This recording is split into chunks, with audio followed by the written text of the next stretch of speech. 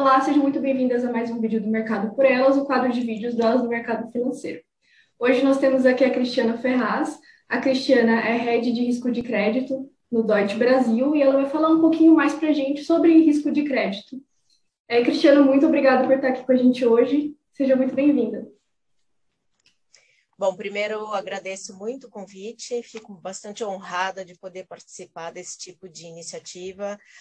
Cada vez mais é muito, assim, é muito legal a gente ver a participação das mulheres no mercado financeiro, que vem ganhando uma expressão muito grande, uma participação enorme. Então, para mim assim, fico muito lisonjeada de poder participar desse tipo de iniciativa. Dando uma rápida introdução a meu respeito, eu tenho mais de 25 anos de participação no mercado financeiro, sempre trabalhei em empresas internacionais, em bancos internacionais, em agências de rating, sempre dedicada ao mercado de crédito, né? Então, essa foi a minha formação. Trabalhei, né, em diferentes segmentos dentro do espectro de crédito que a gente fala, então, desde a concessão, da originação, até a recuperação de crédito. Trabalhei nos bancos ABN, no banco HSBC, na Fitch Ratings, inclusive na Lehman Brothers. Então, falando aqui um pouquinho do mercado de crédito em si. Eu vou fazer uma rápida apresentação sobre o mercado financeiro como um todo. Sei que quando a gente está começando a nossa carreira, a gente fica um pouco perdido, porque o mercado financeiro é um universo, né? Tem um universo de oportunidades e é difícil para quem está no começo de carreira conseguir mapear e conseguir entender como funciona o mercado financeiro como um todo. Então, eu vou falar um pouquinho do crédito, mas eu vou dar uma visão geral do que é o mercado financeiro, um pouquinho de história, para que quem está de fora e querendo entrar nesse universo saiba um pouquinho onde é que está pisando e quais são as oportunidades que existem. Bom, vamos lá. Aqui eu tenho só a minha biografia, os meus dados de contato estão aqui, caso a gente precise fazer um contato posterior a essa apresentação, eu estou sempre aberta a eventuais dúvidas, consultas, enfim. Então, vamos lá, falando um pouquinho do mercado financeiro, das instituições, né? Então, o que é um mercado? Um mercado é um lugar... Eu estou fazendo uma apresentação em inglês, porque era o que eu já tinha, só um pequeno parênteses, inglês sendo importante ressaltar que o inglês é algo absolutamente necessário para quem vai entrar no mercado financeiro. Independente de termos excelentes e enormes instituições financeiras locais, brasileiras, 100% brasileiras, o inglês ele é absolutamente necessário dentro do mercado financeiro, mesmo porque os termos técnicos, né, a literatura, enfim, ela é basicamente em inglês. Então, essa é uma apresentação que eu já tinha feito e que foi revisada, está em inglês, mas é importante reforçar para quem está querendo entrar no mercado financeiro a importância do inglês. Isso é uma condição prioritária para quem realmente quer fazer carreira dentro desse mercado. Só um parênteses então, rapidinho. Perdão, Cristiana. Eu vou deixar na descrição do comentário do vídeo os termos que a gente usar em inglês, né, na apresentação. Assim, não na apresentação, que ela está toda em inglês, mas falando os termos que a gente falar em inglês, eu vou colocar no glossário na descrição do vídeo. Então, quem ainda não tiver esse domínio e quiser dar uma olhada, vai ficar disponível. Pode ser. Perfeito. Eu vou procurar, enfim, não vou fazer muitas referências aos termos técnicos, mas eu acho importante a gente fazer esse disclaimer com relação ao inglês, né? Porque muita gente me pergunta quais são as pré-condições para você entrar nesse mercado e tal, e a gente sabe que, né, mesmo você tendo Bradesco, Itaú, todos esses grandes bancos que são excelentes oportunidades para quem quer ter algo uma oportunidade mais ampla e ter um espectro maior de empresas com oportunidades para trabalhar, realmente precisa do inglês. Bom, então, aqui na apresentação, o que nós podemos falar aqui. Então, o que é um mercado? Um mercado, como qualquer mercado que a gente conhece, é um lugar onde você tem compradores e vendedores, né? Compradores e vendedores de mercadoria. Essa é a definição básica de um mercado em si. O que é o mercado financeiro? É o lugar onde existe a troca, né, de serviços entre investidores e tomadores. Então, aí é onde você comercializa serviços financeiros. Esse é o mercado financeiro. O que o mercado financeiro traz? Ele traz os tomadores de recursos junto aos investidores. Então, é tão simples quanto eu sou um investidor, eu tenho recursos que eu quero aplicar, e do outro lado, eu tenho empresas ou pessoas que precisam desse recurso. O que o banco faz? O banco faz essa intermediação. Então, ele capta os recursos dos investidores, de gente que tem recursos para investir, intermedia, faz essa intermediação e empresta para quem está precisando, sejam eles governos, companhias, pessoas, né? Então, é por isso que a gente fala da intermediação financeira, que é o principal papel dos bancos e de outras instituições similares.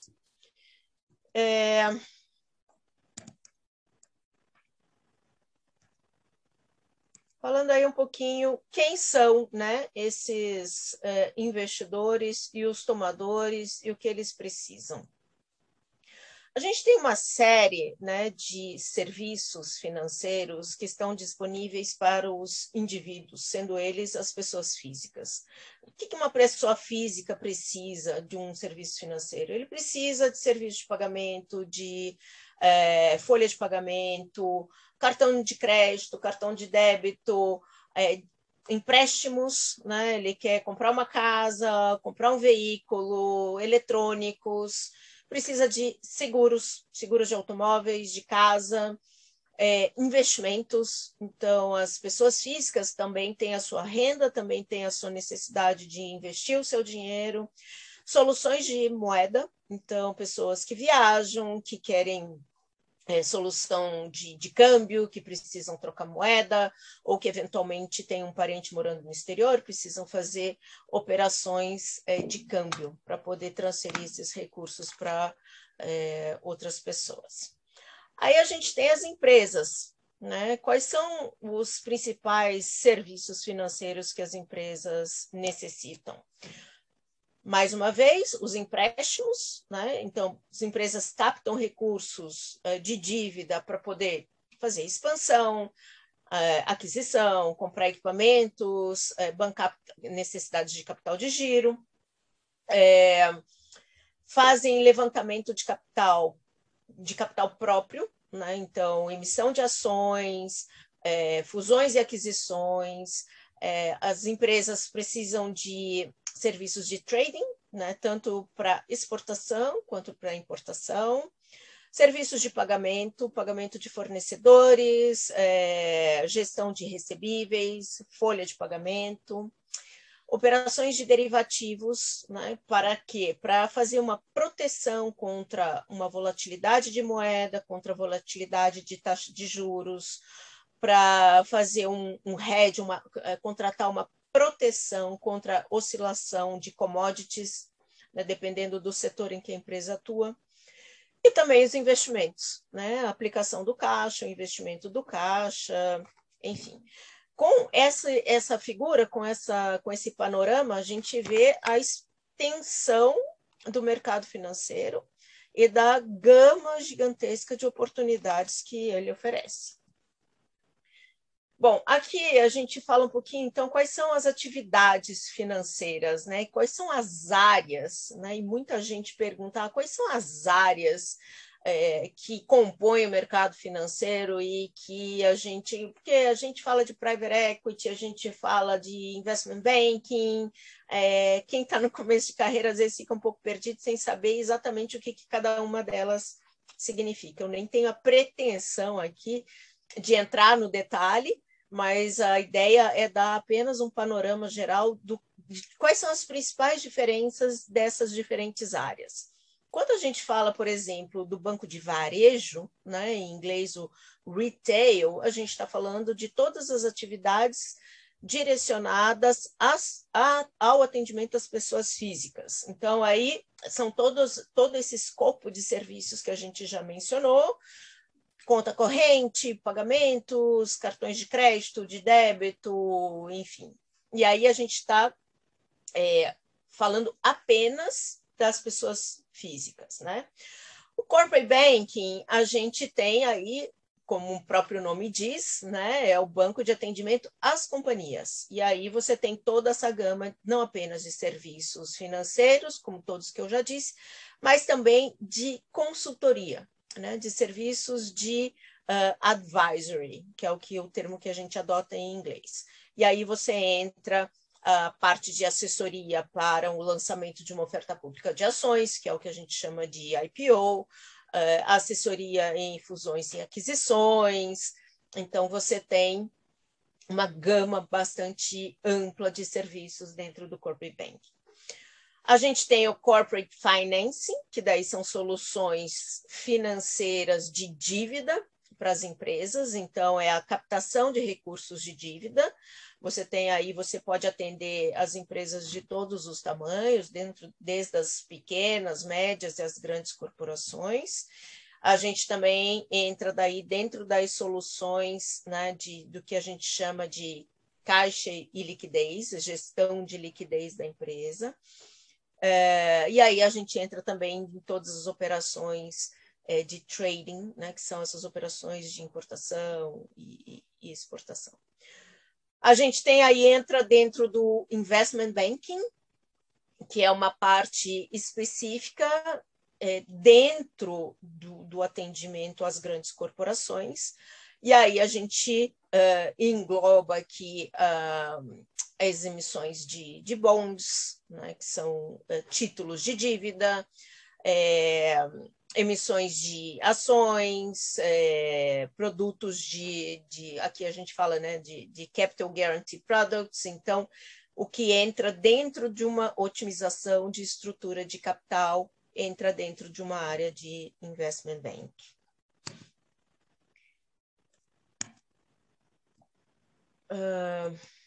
Indo um pouquinho mais agora, quais são os principais tipos de instituições financeiras, né? E aí a gente entra num universo que vem mudando de uma maneira bastante dinâmica, né? Então a gente tem hoje os grandes bancos de varejo, né? E aqui a gente tem Banco do Brasil, Caixa, Itaú, e a gente fala assim, mas eles não atendem empresas? Claro que eles atendem, eles dentro desse escopo de banco de varejo são bancos comerciais que têm uma atuação bastante ampla, tem uma gama completa de produtos a serem oferecidos, com agências de atendimento às pessoas físicas, e dentro das suas unidades de negócios, eles têm as áreas de corporate banking, destinadas ao atendimento das empresas, as áreas de investment banking, que são as áreas de serviços prestados, serviços de investment banking. Tem a área de private banking, que eu até esqueci de falar no slide anterior, mas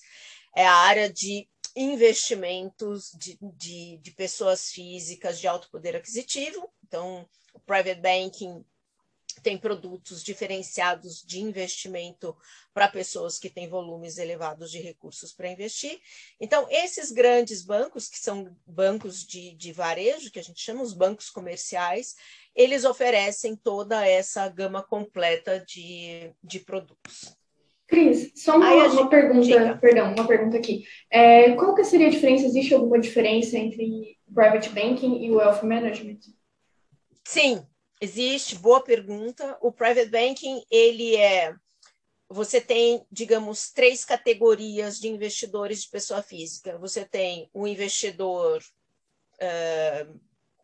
a grande maioria dos investidores que tem um determinado recurso para investir, e dependendo da instituição, estabelece-se um piso. Então, por exemplo, tá? É um exemplo, cada instituição tem o seu nível, mas é considerado um investidor comum, diria, quem tem menos de 1 milhão para investir.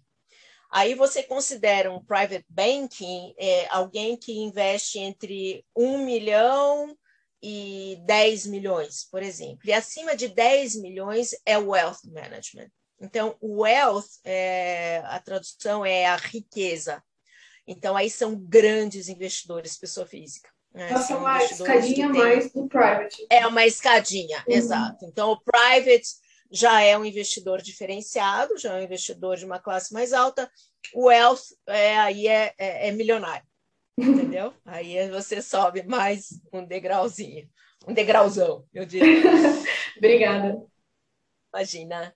Aí a gente fala um pouquinho aqui dos investment banks, né? E essa é uma pergunta muito frequente, né? Qual a diferença do banco de varejo de um investment bank? Então, dando o exemplo do Deutsche Bank, por exemplo. O Deutsche Bank, no mundo, né, ele é considerado um banco comercial, ele é o maior banco de varejo da Alemanha. Ele atende pessoas físicas, ele tem toda essa gama completa. No Brasil, por exemplo, ele só tem a área de investment bank, ele não tem agência, ele não tem conta corrente, ele não atende pessoas físicas, então ele é direcionado ao atendimento corporativo, né? E aí você pega os pure investment banks, que são a Goldman Sachs, o Morgan Stanley. Então, esses são exemplos de instituições financeiras que atuam apenas nesse segmento específico de investment bank. Aí a gente tem as boutiques, né? E eu vou falar um pouquinho mais para frente por que esse mercado ele é tão dinâmico, porque ele vem evoluindo de uma maneira muito rápida e hoje você já tem uma mistura de atividades, você tem empresas que vêm acoplando novos serviços, né, que começaram de uma forma, né, um grande exemplo é a XP, que começou como uma plataforma de investimentos e foi agregando uma série de serviços e hoje já é banco, já tem cartão de crédito, enfim, então é um exemplo de como o mercado vem evoluindo. Mas para a gente se prender aqui um pouquinho mais aos conceitos já solidificados no mercado, então a gente entra um pouquinho nas boutiques, né? Então, quais seriam as oportunidades que você tem no mercado? Você tem os bancos de varejo, né? Você tem os investment banks, e aí você tem as boutiques. E as boutiques, elas têm atividades especializadas, e você pode ter uma boutique especializada em apenas uma delas, ou operando com vários tipos de subunidades, né? Então, essas boutiques podem oferecer uma série dessas atividades. E aí a gente tem aí a questão do private equity, que é uma área que atrai muito interesse. O que é o private equity? O private equity na tradução, é o investimento de capital numa empresa privada. Então, você tem empresas que fazem investimentos diretos em private equity. O que elas fazem? São boutiques que levantam capital, às vezes capital próprio e capital de terceiros, para quê? Para comprar participação em determinadas empresas. E qual é o racional disso? Elas investem nessas empresas, ajudam a empresa a crescer e num horizonte determinado de tempo, geralmente é um horizonte de longo prazo, elas fazem a saída do investimento, seja através de uma emissão de ações ou através de venda para uma outra empresa. Então, esses são investimentos em capital de empresas. Aí você tem os gestores de recursos, né? Você tem as grandes gestoras que fazem a gestão de investimentos.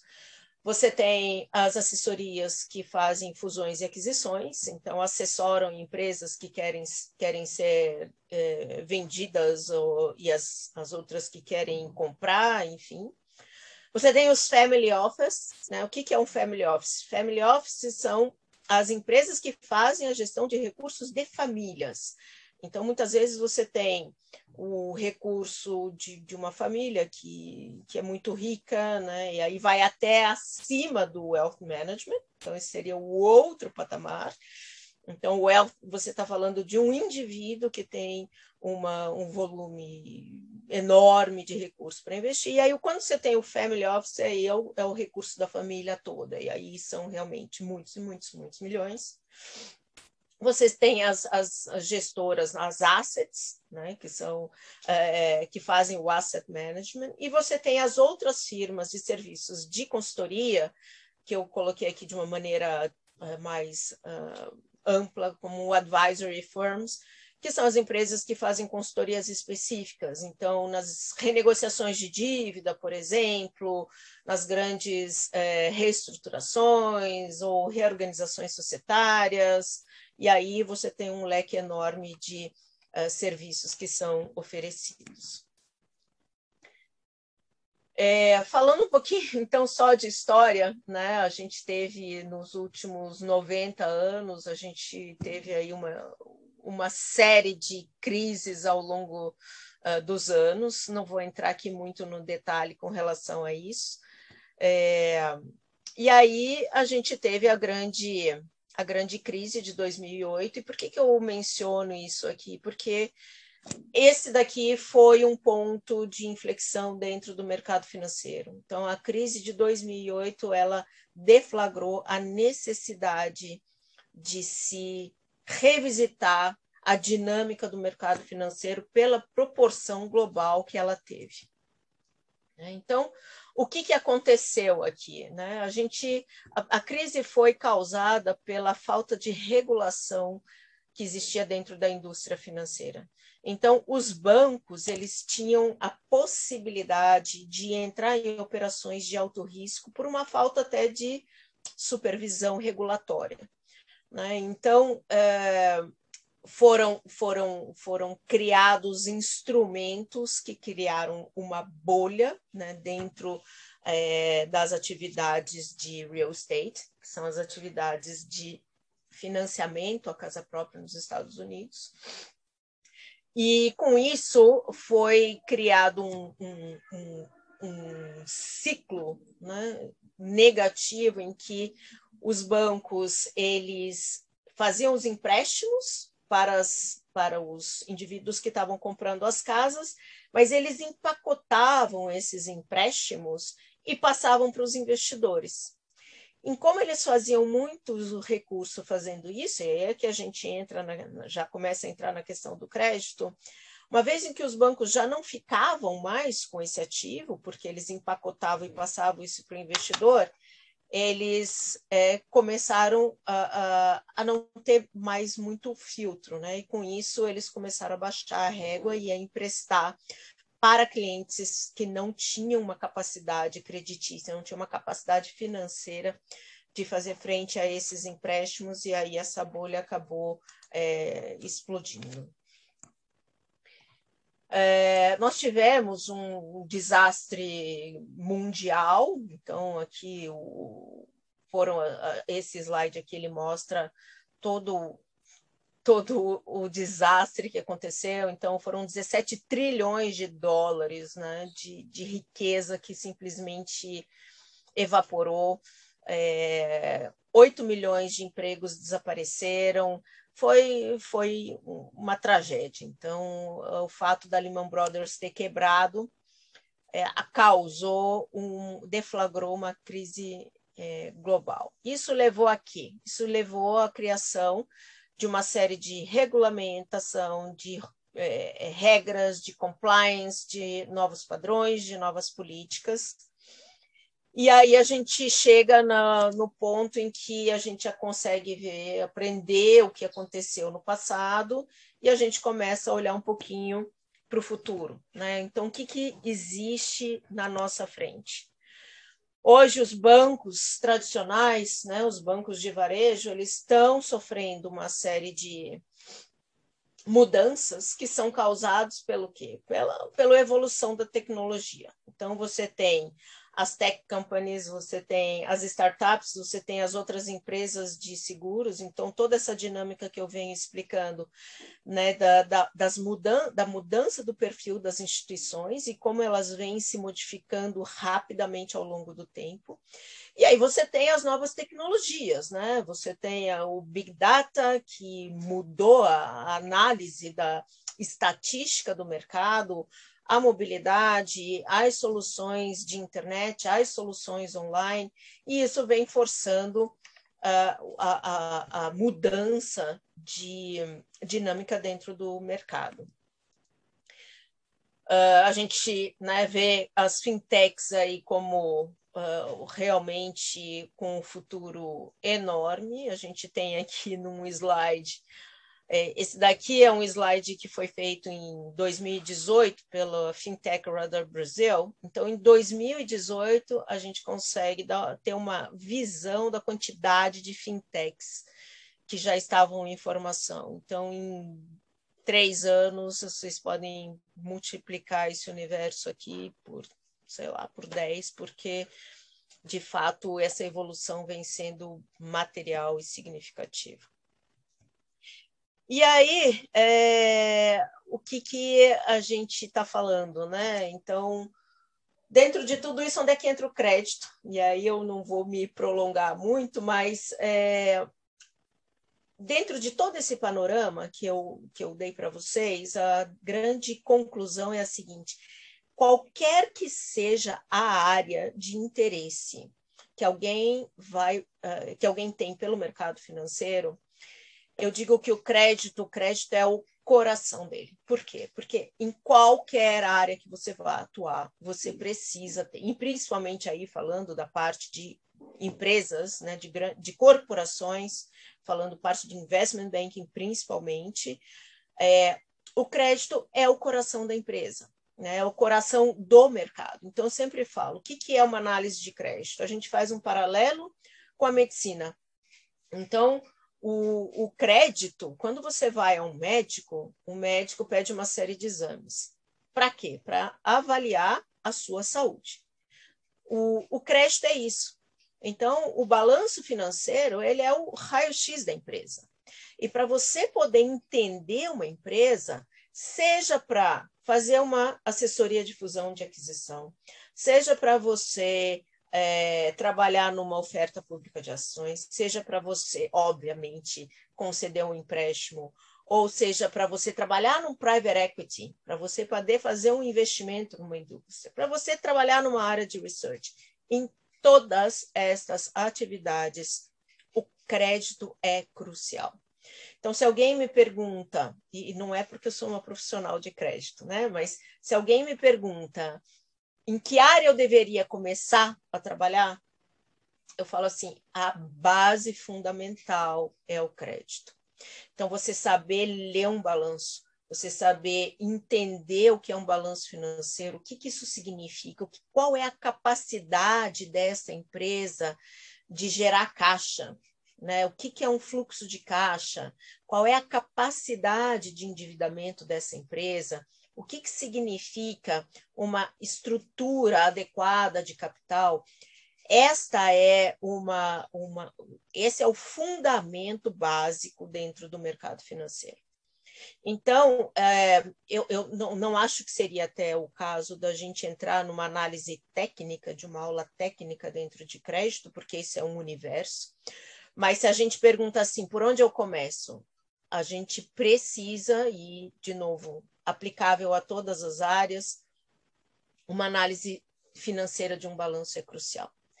E aí, em cima disso, o que a gente precisa colocar? Aí a gente, dentro de uma análise de balanço, e isso eu sempre falo para todos os meus analistas, todas as pessoas que sempre trabalhavam comigo, o crédito vai muito além disso. Então, assim, de novo, um médico, ele não vai simplesmente tratar um paciente com base no resultado de um raio-x. Se fosse assim, era bastante simples. O médico fica atrás de uma mesa, pegando o raio-x e fazendo diagnóstico. Crédito é muito mais do que isso. O exame, o raio-x, o balanço financeiro é o teu primeiro diagnóstico. Mas o crédito implica em quê? Implica em você visitar a empresa, implica em você saber quem é o management, né? Quem são os gestores da empresa, a questão da transparência, a questão como a gente fala, né? Um dos Cs do crédito, que é o caráter. Então, todo o histórico da companhia, no relacionamento que ela tem com as instituições financeiras. Então, aí, quando você consegue entender os números, você tem uma série de outros fatores qualitativos que vão fazer parte deste diagnóstico maior. E isso vale, de novo, para todas as áreas, né? Quando você vai, por exemplo, você vai assessorar uma empresa que tem interesse em comprar uma outra, você é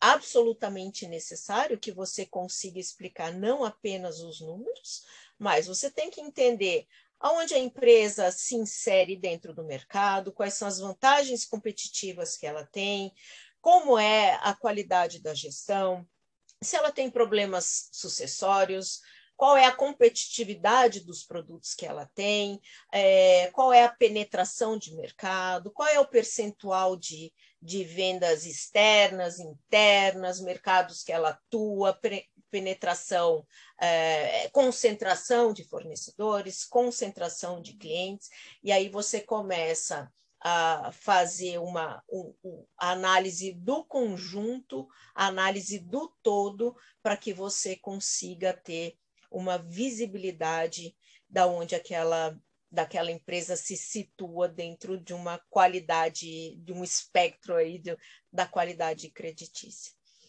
E aí, por último, para a gente ver se encerra, e aí você fica super à vontade para fazer perguntas, o que é a área de crédito em si. Então, o que a área de crédito faz? Eu já falei como que uma análise de crédito pode agregar valor em todas as áreas do mercado financeiro. Mas o que uma área de crédito faz? A gente fala que você trabalha numa área de gerenciamento de risco de crédito. Gerenciamento de risco de crédito significa que o seu papel é fazer com que o banco corra um risco zero de crédito?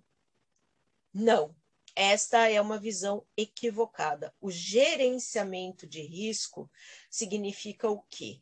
O papel do crédito é conseguir, dentro desse universo, desse conjunto de qualitativo e quantitativo de fatores que eu já expliquei, é você conseguir identificar quais são os principais riscos que o banco estará correndo ao fazer um financiamento ou fazer um empréstimo para aquela empresa, quais são os principais riscos e quais são os mitigantes. Porque para cada risco você tem um fator que mitiga aquele risco, que diminui, que minimiza aquele risco.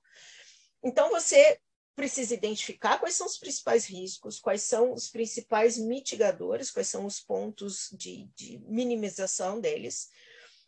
E sempre existe um risco residual. Sempre vai existir um risco para o qual não existe mitigante.